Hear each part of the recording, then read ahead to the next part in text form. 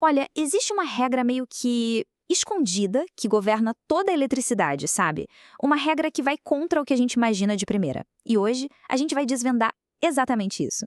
Então, vamos começar com uma pergunta que parece simples. Pensa um pouquinho. Se a gente for colocar carga elétrica num objeto, será que existe um limite? Ou alguma regra sobre a quantidade que dá para colocar? Qualquer valor serve?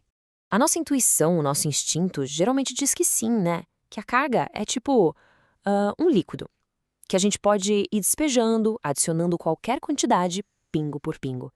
Mas a realidade do universo, ela é bem mais interessante. A carga não é contínua. Na verdade, ela vem em pacotinhos que não dá para dividir. E essa ideia de pacotinhos nos leva direto para uma regra fundamental da natureza. A gente precisa parar de imaginar a eletricidade como uma rampa, toda lisa e contínua, e começar a pensar nela como uma escada, com degraus bem claros e definidos. O nome técnico para esse princípio é quantização, e é uma ideia muito poderosa. Basicamente diz que certas coisas no universo, como a carga elétrica, não podem ter qualquer valor que a gente queira.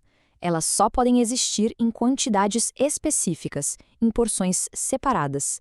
A metáfora da escada aqui é perfeita. É isso mesmo. Numa escada, ou se está num degrau, ou no próximo. Não tem como ficar parado no meio do caminho, num degrau 2,37. Com a carga elétrica, é a mesmíssima coisa. Mas qual o tamanho de cada um desses degraus? Bom, esse é o valor da carga elementar, que a gente representa pela letra E. Pensa nela como o bloco de construção fundamental, o tijolinho de toda a carga elétrica que existe. É a quantidade exata de carga que um único próton ou um único elétron carrega. E o valor dessa carga ele é ridiculamente pequeno. 1,6 vezes 10 elevado a menos 19 coulombs. É um número tão, mas tão minúsculo que é difícil até de botar na cabeça, sabe? Mas é ele, esse númerozinho, que é a base de tudo que a gente vai ver a partir de agora. Certo. Então como é que a gente usa essa unidade tão fundamental para medir a carga de um objeto de verdade?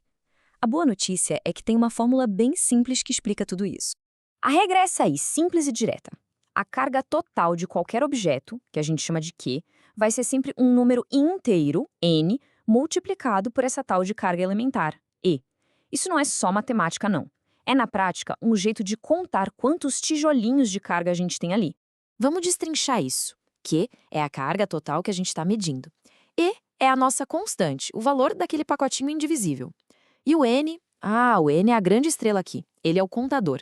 Ele diz quantos pacotinhos de carga estão sobrando ou faltando. E a parte mais importante de todas, esse N tem que ser um número inteiro. Não existe meio N. Não pode ser 2,5 ou menos 7,1. Tem que ser um número redondo, tipo 2, menos 7, 500, o que for. Agora, olha que interessante. Isso ajuda a esclarecer uma confusão bem comum. Quando a gente fala que um corpo tem carga positiva, não quer dizer que ele ganhou algo positivo. Quer dizer que ele perdeu elétrons, que são negativos, ou seja, ficou com um déficit.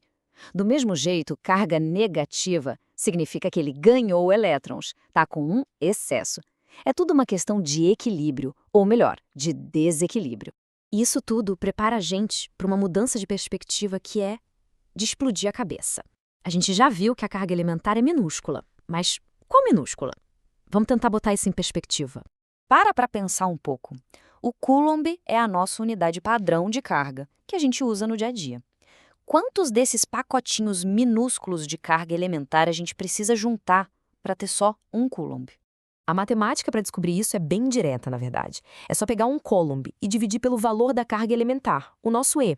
O cálculo é simples, mas o resultado é gigantesco. Tá aí, 6 quintilhões, 250 quatrilhões. É isso aí, esse número absurdo é a quantidade de elétrons que precisam ser movidos para gerar uma carga de um único coulomb.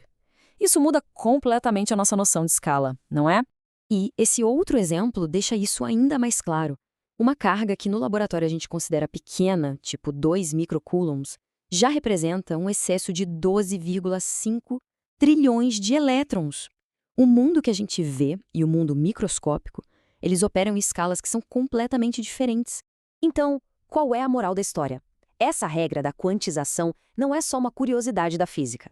Ela é uma ferramenta, uma ferramenta muito prática que nos permite testar se um valor qualquer de carga pode ou não existir de verdade na natureza. E o teste é super simples, são só 3 passos. Primeiro, pega-se o valor da carga que se quer testar. Segundo, divide-se esse valor pela carga elementar. E terceiro, a gente olha o resultado. Se o resultado for um número inteiro, beleza, a carga é possível. Se não for, Vamos ver um exemplo prático. Imagina uma carga de menos 4,8 vezes 10 a menos 19 coulombs.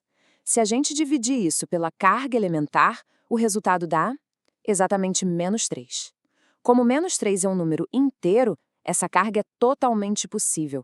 Ela simplesmente significa um excesso de 3 elétrons. Agora, vamos testar outra. Mais 2 vezes 10 a menos 19 coulombs. Fazendo a mesma divisão, o resultado dá 1,25. E aí, existe um elétron em um quarto? Não, não existe fração de elétron. Por isso, essa quantidade de carga é fisicamente impossível. A natureza simplesmente não deixa acontecer. no fim das contas, toda essa nossa conversa se resume a uma grande ideia. A gente abandona aquela noção de que a eletricidade é um tipo de fluido contínuo e passa a entender que ela é construída com blocos, com unidades elementares que não se quebram. Da próxima vez que pensarmos em eletricidade, vale lembrar, não é uma rampa, é uma escada, e cada degrau foi contado.